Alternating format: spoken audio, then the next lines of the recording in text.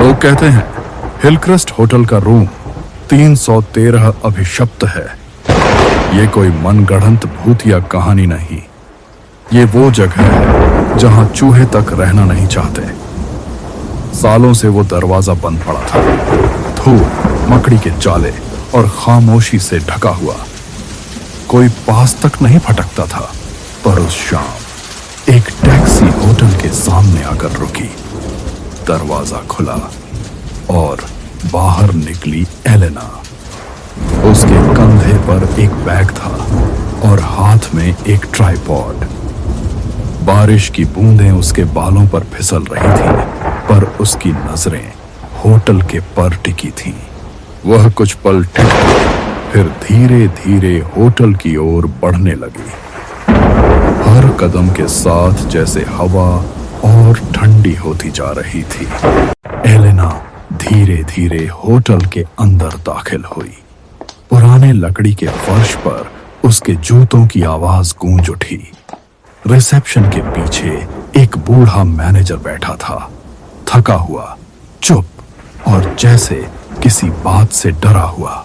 मुझे आज रात के लिए एक कमरा चाहिए, रूम 313। मैनेजर ने अचानक ऊपर देखा। उसकी आंखों में जैसे डर की परछाई दौड़ गई।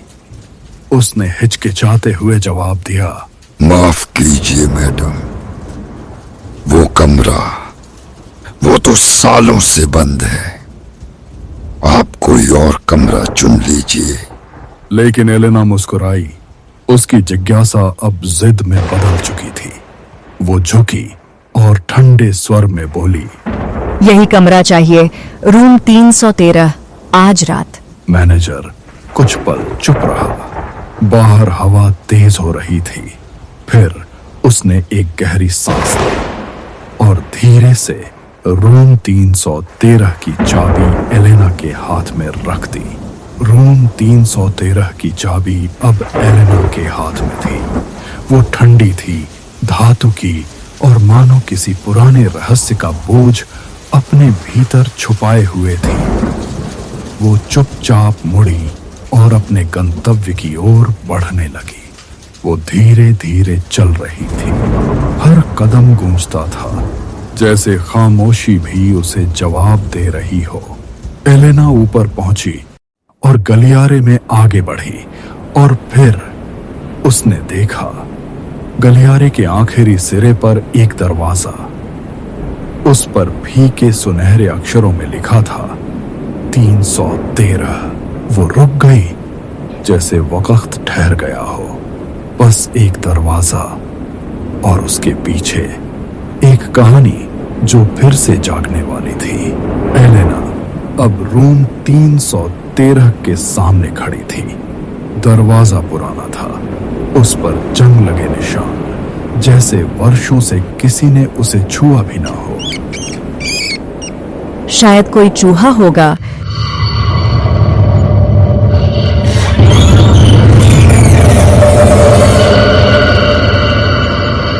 कमरे के अंदर धूल तैर रही थी। हर कोने में मकड़ी के जाले, दीवारों पर फफूंदी के निशान, फर्श पर पुराने दाग और हवा में एक गंध जली हुई मोमबत्तियों और सड़ चुकी यादों की।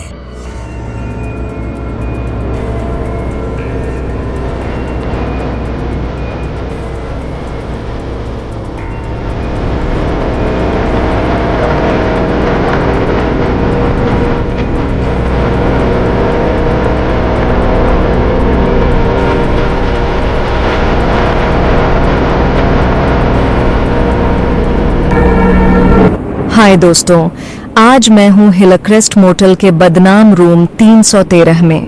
कहते हैं यहाँ लोग रहस्यमयी तरीके से गायब हो जाते हैं। मैं आज रात यहीं रुकने वाली हूँ। देखते हैं सच में कुछ होता है या नहीं। थक गई हो ना एलेना? एलेना का गला सूख गया। उसकी सांसें अब भारी हो चली। उस पल कमरा 313 फिर से जाग उठा था। कौन है वहां? डर मत, मैं भी कभी तुम्हारी तरह थी।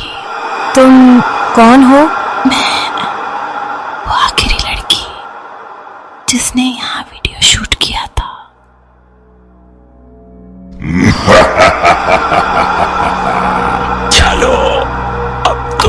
तुम्हारी बारी है मेरे साथ आने की। नहीं नहीं, ये सच नहीं हो सकता। एलेना चीखते हुए कमरे से बाहर भागी। उसके चेहरे पर डर साफ झलक रहा था। लगभग गिरते हुए, संभलते हुए, हर मोड़ पर उसे लगा जैसे कोई उसके पीछे आ रहा हो। वो आखिरकार मैनेजर तक पहुंची। मैनेजर वहीं बैठा था, जैसे उसे पहले से सब पता हो। मैनेजर साहब, उस कमरे में कोई है? मैनेजर साहब के चेहरे पर न आश्चर्य था न डर, बस एक गहरा सन्नाटा। सालों पहले एक जोड़ा यहां ठहरा था, मिस्टर और मिसेस अरुण सेन।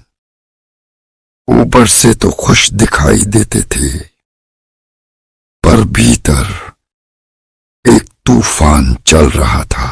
वो जोड़ा भी इसी कमरे में ठहरा था, कमरा 313। कहते हैं उस रात उनके बीच भयानक झगड़ा हुआ था। तुम मुझे शक की नजर से क्यों देखते हो?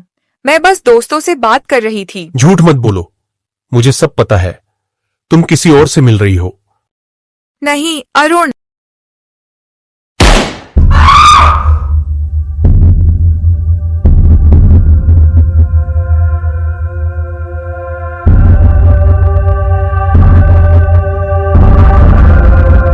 मैंने जो किया उसकी सजा मुझे भी मिलनी चाहिए।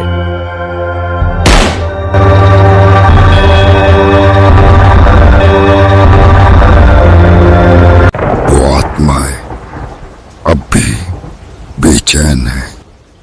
हर बार जब कोई उस कमरे का दरवाजा खोलता है, वे लौट आती हैं अपने अधूरे अतीत को पूरा करने।